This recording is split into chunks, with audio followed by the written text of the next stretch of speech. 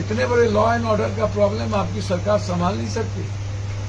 जिस तरीके की बात आप गोली बारूद, आपने तो यहाँ तक कह दिया कि आगे जब कुछ होगा तो देखा जाएगा, और भी हम चोरी पहन के नहीं बैठे। बड़ी आजादी के लिए उनके परिवार की मदद हो, तो वो बीजेपी के वर्कर थे, न कि उसको जाति से जोड़ा जा सके। लेकिन जो दूसरा दिन घटना घटी उसको कुछ लोगों ने जाति का कलर देने का प्रयास किया। हम रूडी जी से पूछना चाहते हैं, उनके घर की मां बहन भी मेरी मां बहन है, क्या इसकी निंदा रूडी जी को नहीं करनी चाहिए?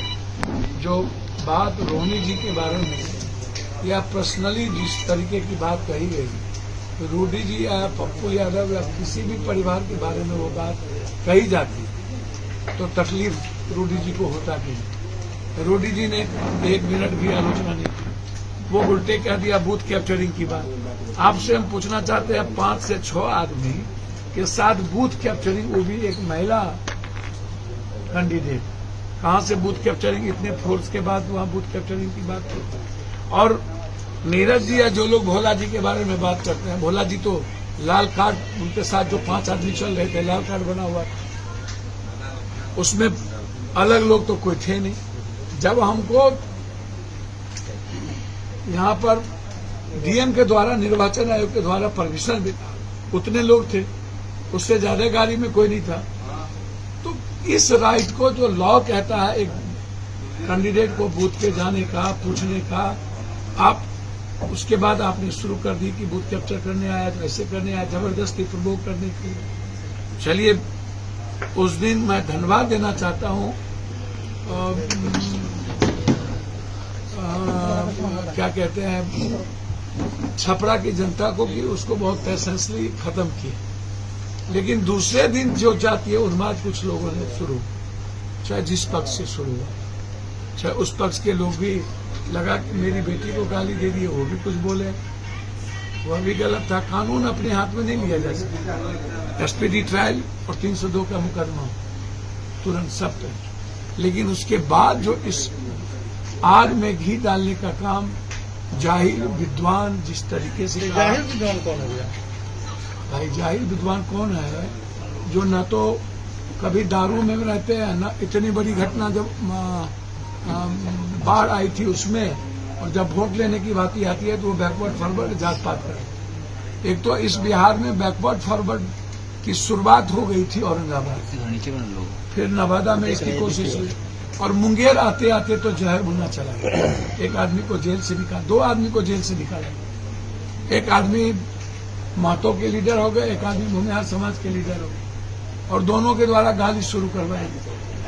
जिस तरीके की चुनाव करवाई गई नेता के द्वारा, मुंगेर का नरसंहार नहीं हुआ, ये भगवान की असीम कृपा। और वहां के बाद आके छपरा में आप लोगों ने अति कर दिया, यहाँ के नेताओं ने, और कह दिया सेल्फ डिफेंस में तो हम गोली चलाएंगे, और गोली चलेगी, जरूरत पड़ेगी तो गोली चलेगी। पप्पू यादव क्या संदेश देंगे? भैया, जिम्मेदार किसको मानते हैं? जो लड़ रहे हैं चुनाव, जो नेता लोग हैं, जिस तरीके का आलोचना हुई, और बीजेपी के वर्कर, बीजेपी के गुंडे, इसके सबसे बड़े, यदि किसी ने भैया पेशेंस रखा ना एक पक्ष, दूसरे दिन कुछ छुटभैया नेता के द्वारा सुबह यदि कोई बात हुई तो वो बिल्कुल गलत है। और मैं बार बार कहता हूं कि प्रतिक्रिया समाज के लिए सही नहीं है, लेकिन ये इतने ज्यादा राइफल बंदूक गोली चलना, और एक तरफ पत्थर एक तरफ गोली, ये क्या तुरंत में तो कुछ हो नहीं सकता है। इसका मतलब है कि अब प्लान में थे या नहीं, तो मन में था कि हो सकता है रिवेंज में कुछ हो तो हम अपना व्यवस्था करके रखें।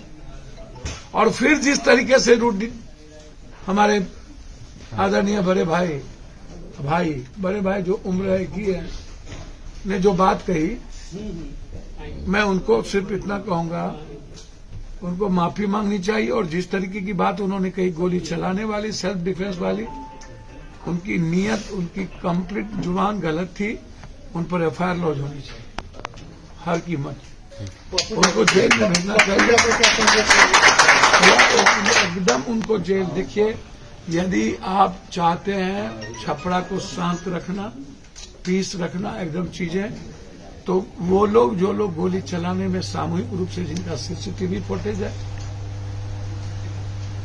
जो प्रभोग किए हैं, यदि इधर से पत्थर कोई किसी ने प्रभोग किया है तो वो भी, और जो गोली चलाने में है वो सब लोग अविलंब गिरफ्तार हो, दोनों पे किसी की कीमत जो हर शासन ने अभी कीमत तक कार्रवाई की उसको लेकर किस करने का प्रयास नेताओं के द्वारा हुआ।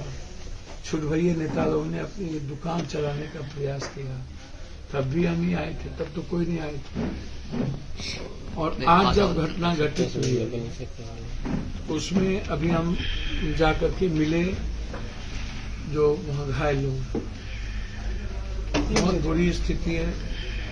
एक को पीछे में गोली हड्डी में लगी हुई है, एक की गोली निकल गई है, और इतने गरीब हैं कि उन्हें सख्त जौहरत पप्पू यादव और साथियों की है। अब यहाँ दो बात है, यहाँ आने का मकसद बिल्कुल क्लियर है कि छपरा जिस संस्कृति और सभ्यता के लिए जाना जाता है।